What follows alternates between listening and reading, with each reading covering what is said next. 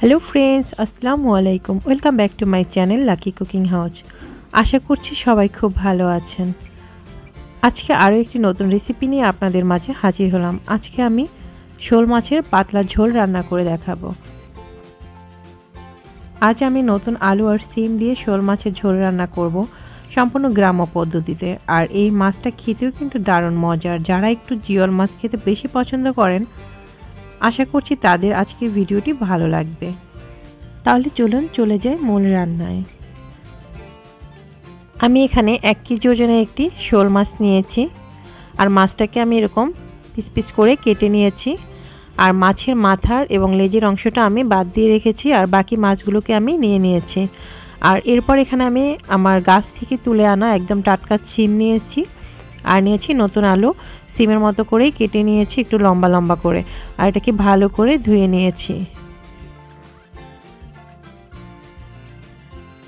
এরপর আমি মাছের মধ্যে দিয়ে দিচ্ছি হলুদ 1 চা চামচ পরিমাণ, দিয়ে দিচ্ছি লবণ পরিমাণ মতো।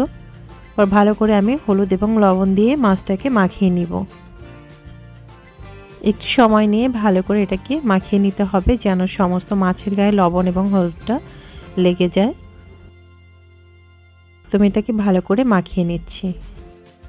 এরপর আমি কিন্তু মাছগুলোকে ভেজে নেব। তো আপনারা চাইলে এই শোল মাছটা কিন্তু ভাজা ছাড়াও রান্না করতে পারেন। সেক্ষেত্রে আমরা যেভাবে মশলার মধ্যে সবজি দিয়ে কষিয়ে নিই ঠিক সেভাবে আপনারা মাছটাকেও কষিয়ে নিতে পারেন। তো আমি চুলায় একটি প্যান বসিয়ে দিয়ে দিচ্ছি রান্নার রেগুলার তেল। প্রথমে আমি যেহেতু মাছটাকে ভেজে নেব সেজন্য আমি একটু তেলটা বেশি করেই দিয়ে দিব। তো তেলটা গরম হয়ে গেলে আমি এর মধ্যে মাছটা দিয়ে দিচ্ছি। আর এই পর্যায়ে কিন্তু চুলার আঁচটা একটু মিডিয়াম রাখতে হবে, তা না হলে কিন্তু তেলটা ছিটে উঠতে পারে।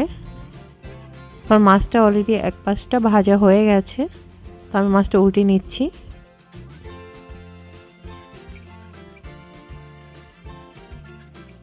মাছটাকে খুব হালকাভাবে উল্টে নিতে হবে। আর লক্ষ্য করবেন মাছটা যেন ভেঙে না যায়। আর আমি মাছটা কিন্তু খুব একটা কড়া করে ভাজিনি, এটা হালকা ভাজা দিয়েছি। আর বেশি কড়া করে ভাজতে মাছটা কিন্তু শক্ত হয়ে যায়, সেক্ষেত্রে মাছের ভিতরে কোনো প্রকার মশলা ঢোকে না। তাই যে মাছগুলো আপনারা রান্না করবেন ভাবছেন সেগুলো অবশ্যই হালকা করে ভেজে নেবেন। আর মাছগুলো অলরেডি ভাজা হয়ে গেছে। এরপর আমি মাছগুলোকে তুলে নিচ্ছি। আমি কিন্তু মাছটা একদম হালকা করে ভেজে নিয়েছি। আপনারা দেখতে পাচ্ছেন মাছের গায়ে কিন্তু খুব একটা কালার আসেনি। তো এরপর আমি যেই তেলের মধ্যে মাছটা ভেজেছি সেই তেলের মধ্যেই পেঁয়াজ কুচি দিয়েছি। এখানে আমি হাফ কাপের মতো পেঁয়াজ কুচি ব্যবহার করেছি। আর কাঁচামরিচ ফালি দিয়েছি 7-8টার মতো। আমি যেহেতু এখানে গুঁড়ো মরিচ ব্যবহার করব সেক্ষেত্রে আমি 7-8টার মতো কাঁচামরিচ ব্যবহার করেছি। আর এই মরিচটা খুব একটা ঝাল না, তো ঝালের পরিমাণটা আপনারা আপনাদের ইচ্ছে অনুযায়ী ব্যবহার করবেন। আর আমি এখানে কিছু সময় ধরে পেঁয়াজ মরিচটা ভেজে নিয়েছি। এরপর দিয়ে দিচ্ছি হলুদ গুঁড়ো। এখানে আমি 1 টেবিল স্পুন হলুদ গুঁড়ো দিয়েছি, মরিচ গুঁড়ো দিয়েছি 1 চা চামচ পরিমাণ, আর দিয়ে দিচ্ছি লবণ পরিমাণ মতো। এরপর ভালো করে আমি সবগুলো মশলা একত্রে ভেজে নিচ্ছি। সামান্য একটু পানি দিয়ে দিচ্ছি, তা না হলে হলুদের গুঁড়োটা পুড়ে কালারটা চেঞ্জ হয়ে যেতে পারে। তো আপনার মশলাটা কষানোর আগে একটু পানি ব্যবহার করবেন, এতে করে মশলাটার কালার কিন্তু নষ্ট হয় না। এরপর দিয়ে দিচ্ছি পেঁয়াজ বাটা 2 টেবিল চামচ পরিমাণ, দিয়ে দিচ্ছি রসুন বাটা 1 টেবিল চামচ পরিমাণ, এরপর দিয়ে দিচ্ছি আদা পেস্ট 1 চা চামচ পরিমাণ। এরপর সবগুলো মশলা আমি একত্রে কিছু সময় ধরে কষিয়ে নেব। আর যে কোনো তরকারি রান্নার ক্ষেত্রে আপনার মশলাটা কিন্তু ভালো করে ভেজে নিতে হবে, তা না হলে কিন্তু মশলার একটা বাড়তি বা কাঁচা গন্ধ থেকে যাবে। তো মশলাটা একটু সময় নিয়ে কষালে কি হয়, তরকারির টেস্টটা কিন্তু অনেকটা বেড়ে যায়। আমার মশলাটা কষানো হয়ে গেছে। আমার যে কেটে রাখা সবজিগুলো সেগুলোকে আমি দিয়ে দিয়েছি। আর আমি যেহেতু মাছটা আগে থেকে ভেজে রেখেছি তাই আমি এখানে মাছটা আগে দিলাম না। আমি প্রথমে সবজিটাকে কিছু সময় ভেজে নিচ্ছি মশলার সাথে। তো আমি প্রায় 5-6 মিনিট পর্যন্ত এটাকে ভালো করে ভেজে নিয়েছি মশলার সাথে। এরপর আমি সামান্য একটু পানি দিয়ে দিচ্ছি জাস্ট যেন এটা নিচে লেগে না পড়ে সেজন্য। এরপর আমি আবারও কিছু সময় সবজিটাকে সেদ্ধ করে নেব। এ পর্যায়ে আমি একটি ঢাকনা দিয়ে ঢেকে রেখে দিব 5 মিনিটের জন্য। ফিরে আসছি 5 মিনিট পরে। তো দেখতে পাচ্ছেন আমার সবজিটা কিছুটা সেদ্ধ হয়ে গেছে এবং যে পানিটাও আমি ব্যবহার করেছি সেই পানিটাও কিন্তু অলরেডি শুকিয়ে গেছে। তো অলরেডি আমার তলানিতে একদম পানি শুকিয়ে গেছে। আমি আরও কিছুটা পানি অ্যাড করে দিচ্ছি। এরপর আমি ভালো করে সবজিটাকে একটু নেড়েচেড়ে দিচ্ছি। আর আমি যে পানিটা এখন ব্যবহার করেছি এই পানির মধ্যে আমি সবজিটাকে আরও কিছু সময় কষিয়ে নিব। আর এ পর্যায়ে আমি যে ভেজে রেখেছিলাম মাছগুলো সেগুলোকেও দিয়ে দিব। মাছ এবং সবজি একত্রে আমি কিছু সময় ধরে কষিয়ে নিব।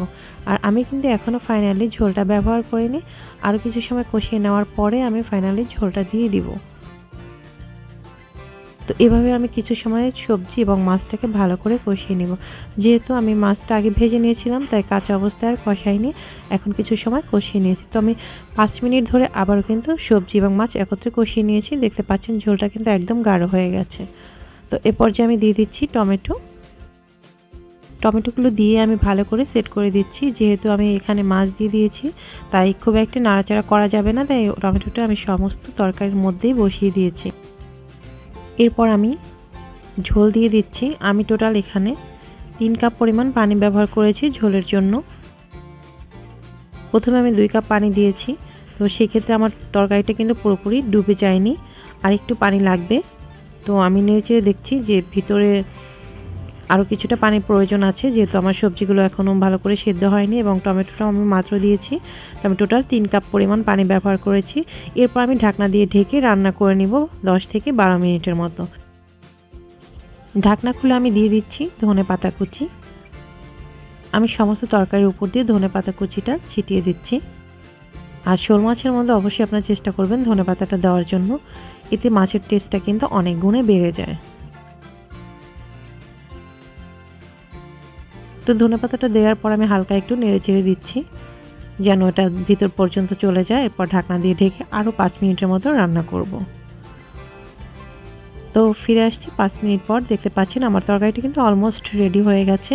আর আমি এখানে হালকা একটু ঝোল ঝোল রাখবো।